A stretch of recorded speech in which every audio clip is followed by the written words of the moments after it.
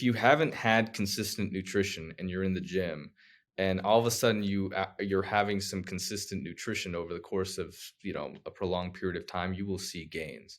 Most of that nutrition is coming from branched chain amino acids. So you're obviously doing a combination of.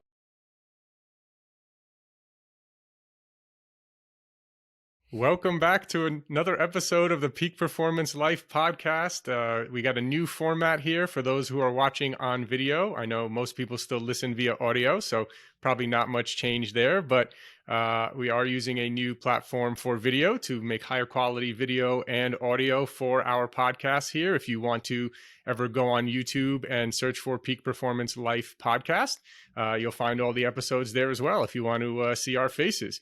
And today I have back again my good friend, Dr. Chanu Dasari. And we just the other day, we were out having a meal and chatting for, next thing you know, 3 hours went by. And I was thinking, man, I still have so much more I want to talk with him about. So, we were discussing too that it's a lot of fun to talk about this stuff.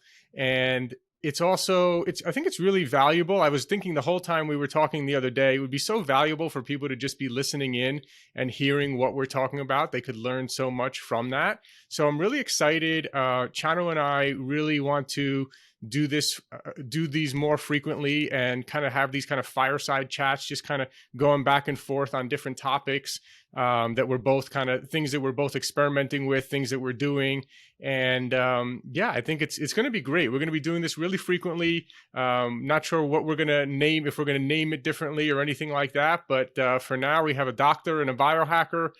For those who have heard Chanu before, he's been on 3, I believe, other podcast episodes. He is a gut health. I would call him a gut health doctor. He's much more than just that. He's actually, I kind of consider him to be a holistic doctor, a gut health doctor, an autoimmune disease doctor. He's helped many people, including people I know, to overcome and dramatically improve their autoimmune conditions.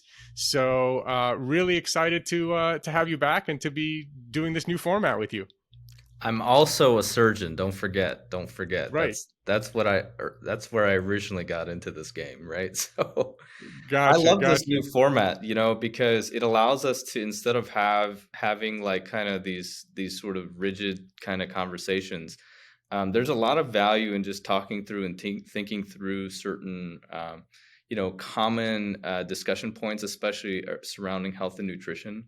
You see some of these topics keep coming up, right? And there's so much controversy shrouded in some of these items. And I think a lot of people are just like to get on their soapbox and say, hey, like this way of fixing this problem is the best, or this way, And I think like kind of coming down and like analyzing like what are the merits of each different methodology is very valuable. And I think it gets especially listeners, especially viewers, it gets them more engaged and certainly more informed as to where the true value of the discussion is stemming from. So I thank you again for having me on there, and I'm looking forward to actually just being tag teaming. This is going to be a tag team adventure now. You got 2 hosts on this podcast.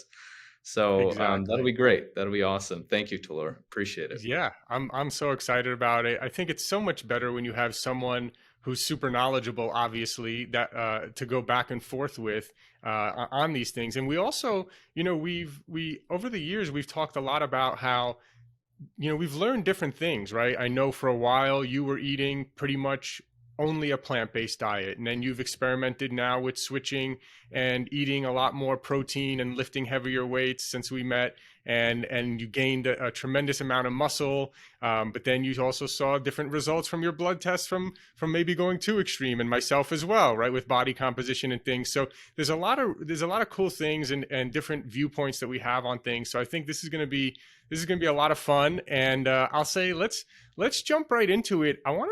Let me ask you this about like things that you've maybe changed your opinion on recently, or not even change your opinion, but also change what you're doing. I think that's even more valuable for people listening, right? It's like people talk about things, but it's like, look at what people are actually doing, right? What practices are they actually doing in their life versus what they're just talking about because they're an expert on a particular topic. So in terms of Let's talk about, so you were primarily, when I first met you, I think you were pretty much all plant-based, right? You were not really eating meats at that Correct. time, right? Almost, I mean, basically exclusively plant-based at that time. This was just 3, 4 years ago. And let me give you some context, Tulor. So 15 years ago, I've multiple autoimmune diseases all at the same time when I was in medical school. I had like inflammatory bowel disease, ANA positive. I had a bunch of skin rashes, joint pain. And so when you go through a really bad illness like that for a substantial amount of time, you get this thing called orthorexia. And orthorexia is this obsession over eating healthy. Everything you want to eat is eating healthy, right? And so you I you didn't end up know there was a term for that. it's Orthorexia. not anorexia, it's not, bulimia, it's orthorexia, right? So it's this concept that you have now assigned labels to food, entire large swaths of food groups, right? So like all meat is bad, or like, all processed food is bad, right? And then like once it's programmed in your head, then you end up having like these very rigid exclusive diets. And let me tell you the value in that, and then I'll tell you the drawbacks. The value is, if you have that amount of consistency, you can get rid of your autoimmune disease actually pretty fast, within about 6 to 8 weeks, to be honest with you. But you have to follow certain concepts. It's not just all plant-based, for example. And I'm actually somebody that's a very strong proponent of phytonutrition, which are micronutrients found in plants. But I'm not a strong proponent of exclusively plant-based, right? And so the interesting thing was, when I fixed all these issues way back when, I was still in my head, still like, I was still scared, right? I was still scared of like, when, like, any little thing that I do, is my autoimmune disease going to come back, or is my inflammatory bowel disease going to come back, or am I going to get an ANA positive again? And so these thoughts just kept going in your head, and then you just realize, well, if that's my fear, then my reaction is going to be, I'm going to just go like super plant based, and like I under ate calories for a very long time. So Mm. my BMI was hanging around 18, which is technically normal, but it's still like towards the underweight side. And yeah, in terms of energy level, like I had really good energy for like cardio exercises, but in terms of strength and things like that, definitely didn't, right? And so I would say about 3 years ago, I hooked up with my friend Byron Ross. He's a trainer. Actually, he's competing in Masters Olympia right now. So he's a great trainer here in Las Vegas, and he kind of was responsible for opening up this, like, this very rigid view. And he said, you probably need, he was advocating almost 180 grams of protein, which we'll have that discussion too, don't worry. But Hmm. I mean, his whole shtick was, here you are, Chano, eating like, I don't know, less than 1,500 calories. You look super skinny. Obviously, your blabs and everything show that you're healthy, but you're kind of a skinny guy, right? So what do you do? And you haven't been sick for over, a decade and a half. Like, you still have this food fear. Like, why don't we just like get out of that? And I was like, yeah, you're probably right, right? And at that, and some other changes allowed this to happen, right? We now have patented probiotics, right? And so a lot of the things that I had to be rigid about, I don't have to be anymore, because there's better technology for fixing gut microbiome dysfunction now, right? So you don't have to be super strict on your diet.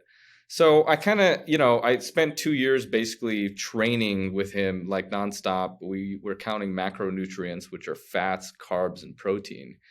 And my goal weight was around 100, or 180 to 185, which at that time I was only like 155. So we're talking about 30 pounds ago. Okay.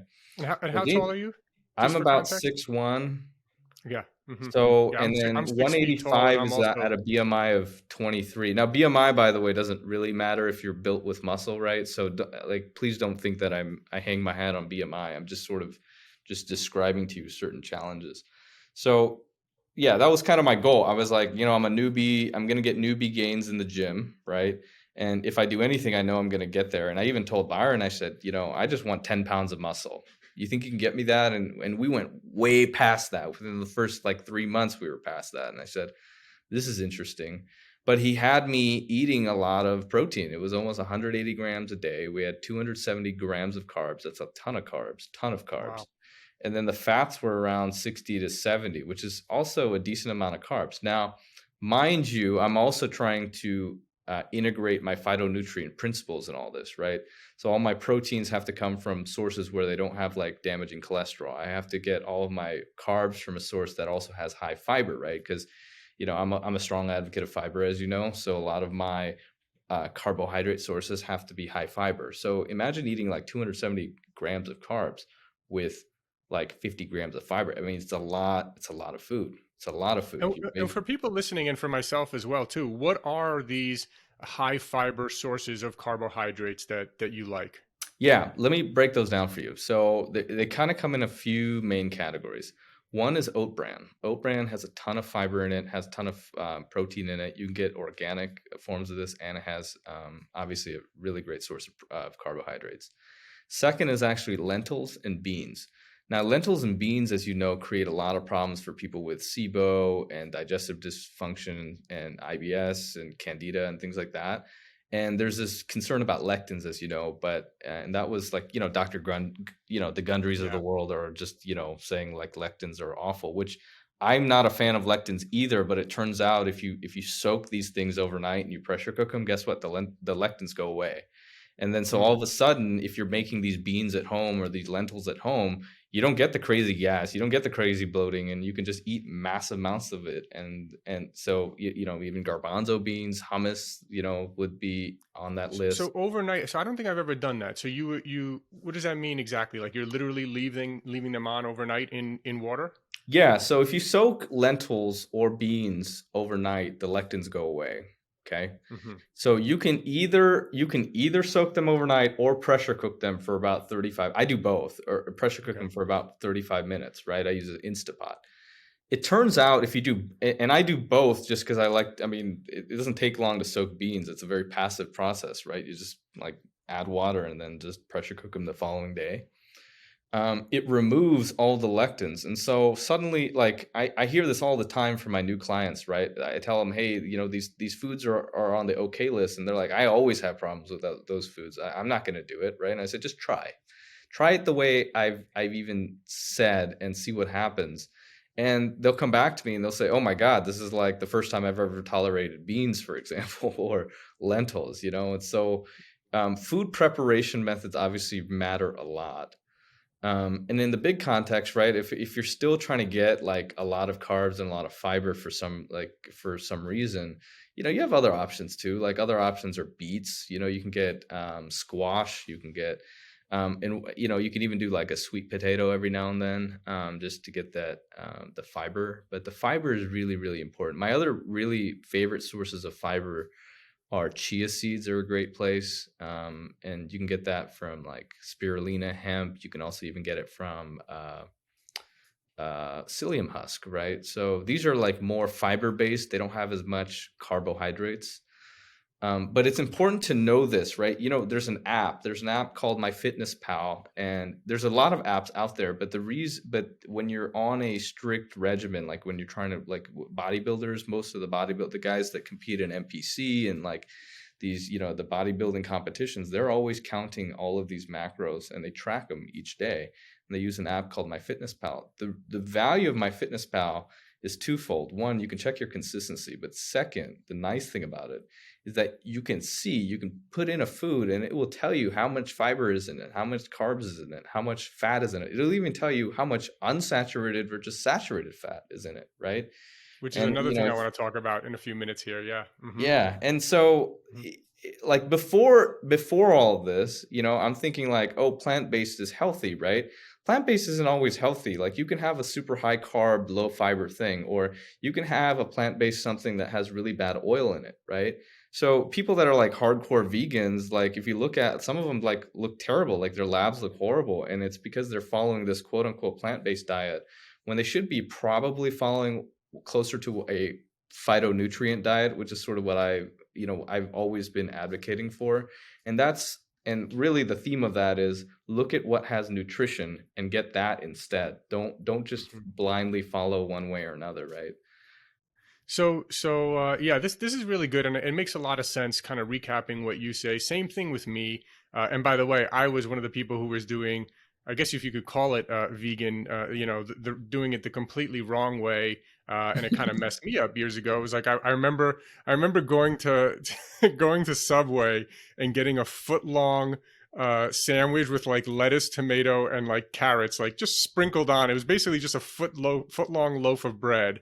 And then I was wondering why I had so much inflammation in my body, right? Yeah. But I was like, hey, I saw this documentary. It said, meat is bad, right? So it's like I should go to Subway and get a foot long of bread with lettuce and tomato and carrots in there, and then wonder why I'm inflamed and other little things, right? I remember, drinking a yerba mate iced tea from Whole Foods before I read labels. And then it was like, when I started reading labels, I'm like, wait, I'm drinking 2 of these a day and there's 20 grams of sugar in each bottle. Like, Right. Yeah. why am no wonder I'm inflamed here, right? So reading labels is so important. But then when I went on the paleo diet and I eliminated all the bread and grains and all that kind of stuff, and then I remember I felt so much better. The inflammation went away. I felt Mhm. better mentally and physically. And I remember, like, after that, it was just like you said, I was so set in my ways with that. I was like, everyone should be doing this. What are people crazy? Mhm. Like, how is everyone not eating? Why would anyone eat any of these food? Even to this day, when you mention like oat bran inside, I'm like a little bit cringing. I'm like, You're no, afraid. I don't know. I'm afraid of the oat. I don't know if I could Yeah, do oats or an oat bran because it's not paleo, and it could of be course. inflammatory potentially or whatever. And I'm so sensitive to all of that. And I think that people like us who have had issues in the past, we're the ones that are the most sensitive, and we probably become the biohackers and the doctors and things like that more That's frequently than why we others. got into this business. Exactly. Exactly. Yeah. Exactly. Yeah. So kind of overall though too. So how many pounds of muscle did you gain in like how long of a period once you started really upping your protein intake? Mhm. But then also let's talk about kind of how you're trying to balance that now. As we were talking about, like, sometimes your blood sugar levels can go up, especially if you're like, Mhm. drinking whey protein every day, plus eating all these meats and things like that. So how much did you gain, and what are you doing differently, maybe kind of now to balance yourself out? Yeah, I gained about 25 pounds of muscle and about 5 pounds of fat over the course of about 18 months to 2 years, which is Hmm. very characteristic of. They call this newbie gains in the bodybuilding community. It's if you haven't had consistent nutrition and you're in the gym, and all of a sudden you're having some consistent nutrition over the course of a prolonged period of time, you will see gains. Most of that nutrition is coming from branched chain amino acids. So you're obviously doing a combination of, shakes, real, meats, or you're doing, like other forms of protein like lentils, beans, even tofu, things like that. And i- everyone who gains that weight, they've done so in a caloric surplus. And this is a very, very, very important point. It's very hard to gain weight. I mean, you really can't gain weight when you're in a deficit. So when you're eating in a caloric deficit, you're not going to gain weight. Okay. So if you're trying to gain muscle, how are you going to do it unless you're eating more? Right. And the answer is you really can't. Right. Your body can you can have something called recomposition, where you lose a little bit of fat, and then some of that energy store goes towards building muscle. But that's only in the first several months of this. That goes away after a while. And so after a while, you're left trying to increase weight by eating more. So what does that look like in terms of labs? What does that look like in terms of, like, overall health? Well, anytime you're at a caloric surplus, a couple things happen. One, you do get your insulin sensitivity goes away. And it goes away for two reasons. One, you have a little bit more fat. So fat, as you know, secretes these sort of local hormones that cause insulin to not work as well. Okay. And even if your body fat goes down, right, you still have muscle, right, that you have to think about. And then you're also eating a massive amounts of carbs just to maintain that muscle. And if you're not eating carbs, you're eating branched chain amino acids. Branched chain amino acids, carbs, fats, all of these things drive up insulin resistance. So in my own labs, for example, I was hanging around like an A1C. That's a hemoglobin A1C. That's an average of your blood glucose. I was well below 4.5 for like a number of years. And then now I'm like creeping right around 5, which is actually an average blood sugar of 100, right? And it's way before pre-diabetes, but it got me thinking like, hey, maybe I need even more cardio, and maybe I need to like decrease, maybe I do need to decrease some of the carbs. So Yeah. these things just always are like playing in my mind. And then the other thing that happens, the second thing that happens, is when you're in a hypercaloric state for a prolonged period of time, your cholesterol numbers tend to get worse. Okay. I say tend to because, as you know, things like intermittent fasting, genetics, dietary composition impacts that. But assuming you're eating a diet that's very helpful in terms of like, putting you within range. I mean, I remember I had LDLs in the 70s, 80s, right, when I got started. And then now I'm almost like I'm right under 100, which, over 100 is a little bit abnormal. And over 125, you end up needing like, actual help, right? So it's just interesting to see this. You can see this in time. And it's not like the composition of what I'm eating is drastically changed, right? But I would say it's a lot more. I would say it's probably at least 50% more than I was used to eating. And so these Yeah. things are all interesting to think about, right? Yeah. Yeah, very, very interesting to think about. And I've kind of gone on a similar journey myself, although in a different way. And by the way, for people who are listening who are like, oh, he gained, like, you said you gained 25 pounds of muscle and 5 pounds of fat. I think overall that's very healthy. Hmm. That muscle to fat ratio. In fact, I recently did a podcast where I talked about the Ozempic and the weight loss drug craze, but how people are losing weight, but they're losing a disproportionate amount of muscle, Yeah, not just fat, right? If you lose 10 pounds, but you lost 6, 7 pounds of muscle and 3 or 4 pounds of fat, that's not good. Your health just got worse, right? Like right. having muscle on your body, especially as you get older, is one of the most important things. So gaining 25 pounds of muscle and only gaining 5 pounds of fat in proportion to that, I think is actually very, very healthy. And I think you definitely made great strides in terms of improving your health and longevity and strength as you get older. We know that strength is literally like the number one marker of like living a longer life, right? And so that's where Hmm. I think all of this kind of comes back. And I think both you and I are now trying to do a little bit of a balancing act on the other side of the kind of trying to do an extreme thing, doing some sort of boost, gaining muscle, trying to put on muscle, and then we kind of go back to like, okay, wait, now we want to balance between, yeah, would everyone, most guys at least would like to be more jacked and ripped and all that kind of stuff, right? But then are you sacrificing your longevity, right? Are you just, just shooting up to, crazy high levels of TRT and just eating tons of proteins and carbs all day, every day? You might look great now, you might feel strong and everything else, but in terms of if if you want to live a long, happy, healthy life, that may not be the best the best solution. So having this balance between the two is something that's really important. So I did the same thing recently. Now though didn't have the newbie gains that you had, because I've been lifting weights consistently for so many years. And so I recently said, you know what, I want to try to gain some more muscle mass, gain some more muscle. So I'm like, yeah, I'm just gonna eat, I'm just gonna start eating a lot more. Whenever I'm hungry, I'm gonna eat. I don't care, it's the opposite of the fasting protocol, the opposite of like the longevity Yeah, kind of protocol. I'm just gonna yeah, eat and see how much. And for me, it hit very quickly a point of diminishing returns where correct. it's Yeah. like I've kind of hit my, again, there's always more that we can do, but again, it's a balancing act, right? Like, could I train harder and do everything else and like whatever, right? But like overall, genetically, I feel like I'm pretty close to where I can be naturally genetically without, TRT and, testosterone and all that kind of stuff, right? I'm pretty close to it. And if I start going super hard at the gym, then I'm going to be, worn down, tired, might be not good for my immune system. So I'm trying to play this balancing act here. And so for me, it didn't really work out. So now I'm kind of like going back to, okay, you know what? I'm not going to just eat anything and everything. I'm not going to just like force myself to drink a whey protein shake when I don't really feel like having it at all. Mhm. So I'm going for much more of a balance now.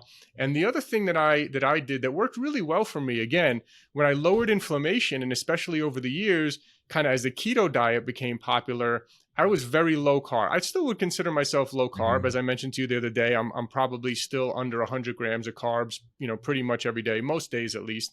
But yeah, I did actually speak with someone who went over my blood test results with me, and he's like, he wanted to see how my hormone levels are, and he's on all sorts of TRT and probably 3 other things, peptides, this, that, the other, Sure. super jacked dude, training all the time.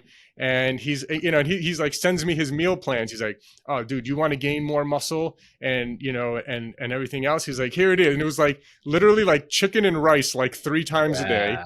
And then like 3 other meals are like, right. Cause it was all about like low calorie, high protein and getting the carbs. And it was just like literally chicken and rice all day, 3 times a day. I'm like, Yeah. dude, there's just no way I can do that.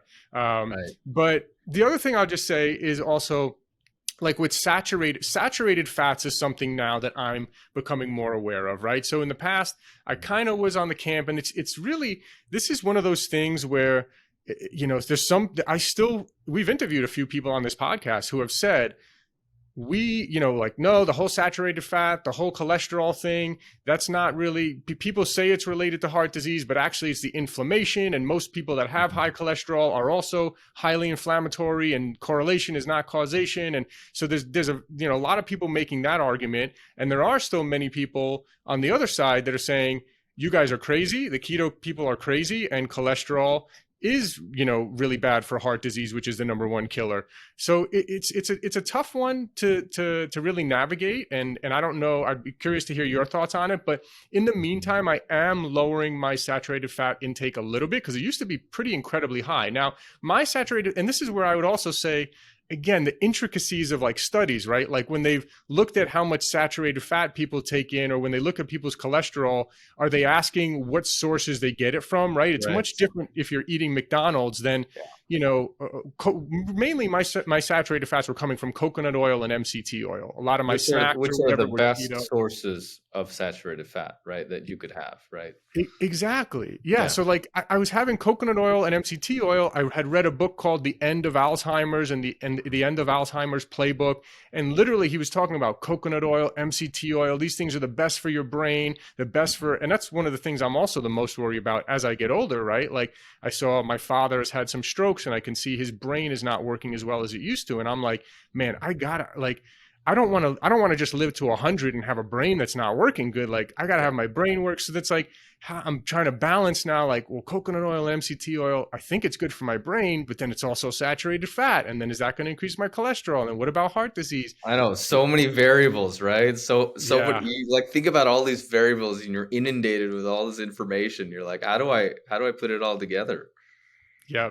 It's just a constant balancing act, I think, Thanks for listening. And just a reminder, if you haven't yet tried any of our Peak Performance products, you get 20% off your first order. We have one of the largest selection of USDA certified organic superfood powders, as well as very high quality supplements. And you get 20% off your first order at buypeakperformance.com. That's www.buypeakperformance.com.